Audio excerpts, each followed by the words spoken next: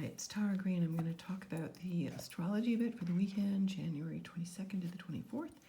And I'm going to do some tarot cards here as well from the Beautiful Muse Tarot. Okay, so astrologically, the moon goes from Taurus on the 22nd, where it's making trines. Nice grand Earth trine on the 22nd from Taurus moon to Venus in Capricorn, and then later Pluto in Capricorn. The moon sweetly sextiles Neptune in Pisces in the wee hours, so that should be good for meditation, for dreaming, for imagination, magic carpet rides. Moon squares Mercury in Aquarius. Again, this is all early morning stuff. The moon goes void of course, which means it's in between aspects as it moves from the last aspect to the personal planet. So it's best not to initiate anything during that time. It's from 4:28 p.m.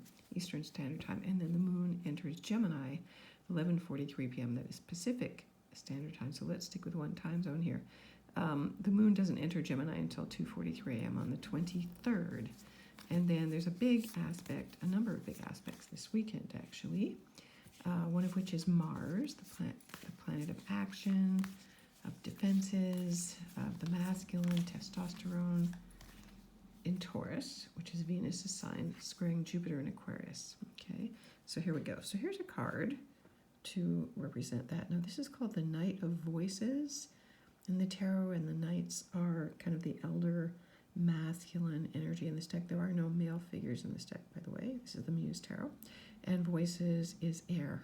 You know, voices, air, breathing, or voices. In the beginning was the word. This is a very nice, beautiful kind of Pegasus kind of energy. Seems very Sagittarius. Actually, we're just flying high above the clouds there. So maybe this is what we're supposed to do, is get up on our horses and fly, okay, during this aspect. Okay, so let's just leave that there. It's a really lovely card, actually. So Mars squared Jupiter. Anytime planets are in a square aspect, a 90-degree aspect to each other, it's in a hard aspect, what they call. So there's pressure, tension, you know. It's like, think about it as a boxing ring. There's Mars in one corner in Taurus, and Jupiter in Aquarius in the other. Of course, now we're in Gemini energy for the rest of the weekend, and so Gemini, the air sign, is the sign of the twins. It's the sign of communication. It's the sign of trying to balance both sides of the brains. But, you know, Geminis are the eternal Peter Pans. You can hear me shuffling my cards here. Eternal Peter Pans, good for social media, very charming, very flighty. Geminis are all ruled by the planet Mercury, as are Virgos, and they are the merchants of the zodiac. Okay, so under that tense Mars-Jupiter square, so it's kind of Taurus energy is stubborn, doesn't want to move. Jupiter in Aquarius is bringing this higher energy, higher octave air energy. So the Gemini moon trines the sun in Aquarius. That's a nice positive aspect in the morning. The Gemini sun trines Saturn in Aquarius. Again, nice, airy, you know, reach out, uplifting energy. The moon sextiles Chiron in Aries. So again, we feel more open. We can talk about our wounds. We can be a little bit less defensive. And then there's a beautiful, beautiful aspect, Venus sextile Neptune. Now, Venus, in any sign she's in, represents human love. Okay, human love. Venus represents women, the divine feminine, that everyone has an inner divine feminine, whatever sex, whatever gender you identify with. Feminine means receptive, it's creative, it's internal, okay?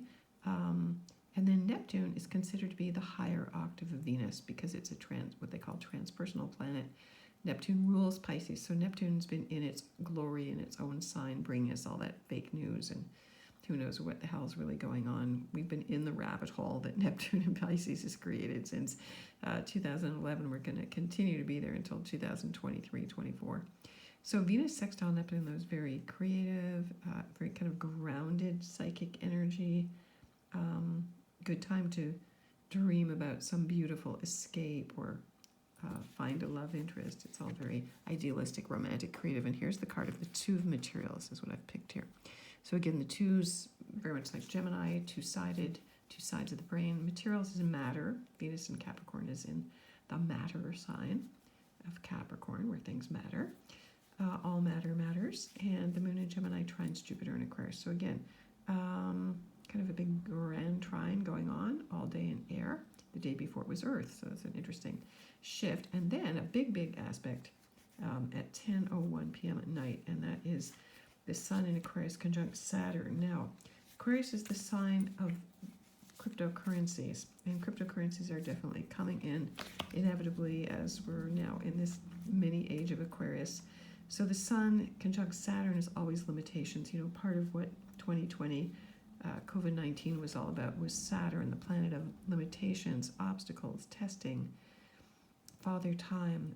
He's the tax man. He's the Grim Reaper, the father, patriarchy, history, tradition, culling with Pluto. January the 12th, Pluto, the destroyer, the lord of death and rebirth and transformation.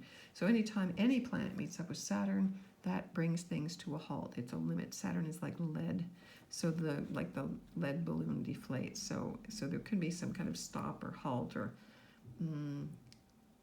I know Bitcoin has been dropping all weekend, and it'll probably continue to drop, or there'll be some legislation dropped that'll halt its progress at this point. It can also consolidate it as well, because Saturn is matter, but I'm feeling that things are dropping right now.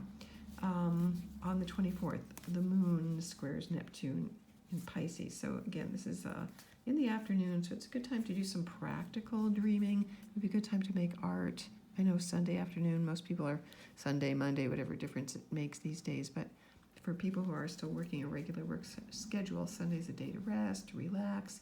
The card I've picked here is the Ace of Materials, and so the aces are always the inklings, the new beginning, the inception. So just try to practice a little bit, okay? Practice something new, make anything with your hands, bread, art, whatever, collages, okay? Sea shanties, that's moon square Neptune in Pisces, the ruler of the sea. So the moon then in conjuncts or quincunx is Venus in Capricorn in the evening. So again, there may be a bit of a conversation halt, or did I say something that I didn't even know what I did? That's a quincunx. And then the Gemini moon trines Mercury in Aquarius. So lots of big ideas coming up. Kind of interesting mix of energy all week. And because Mars and Uranus are in conjunction, Uranus is also kind of implied in all of these. So, you know, the shock of the new, things are changing, things are rapidly moving forward. That energy is going to continue on until next week, until a very big full moon on the 28th, very powerful. I'm going to do a workshop on that full moon on the 27th, so I'll keep you posted about what that's all about, that full moon in Leo. All right, so let's pick one more card here. So let's just say that each card represents an element, and in the traditional organization of elements, it goes fire, earth, air. So we need a water. We need a water element. Let's see what's going to come up here. Okay, we get the tower.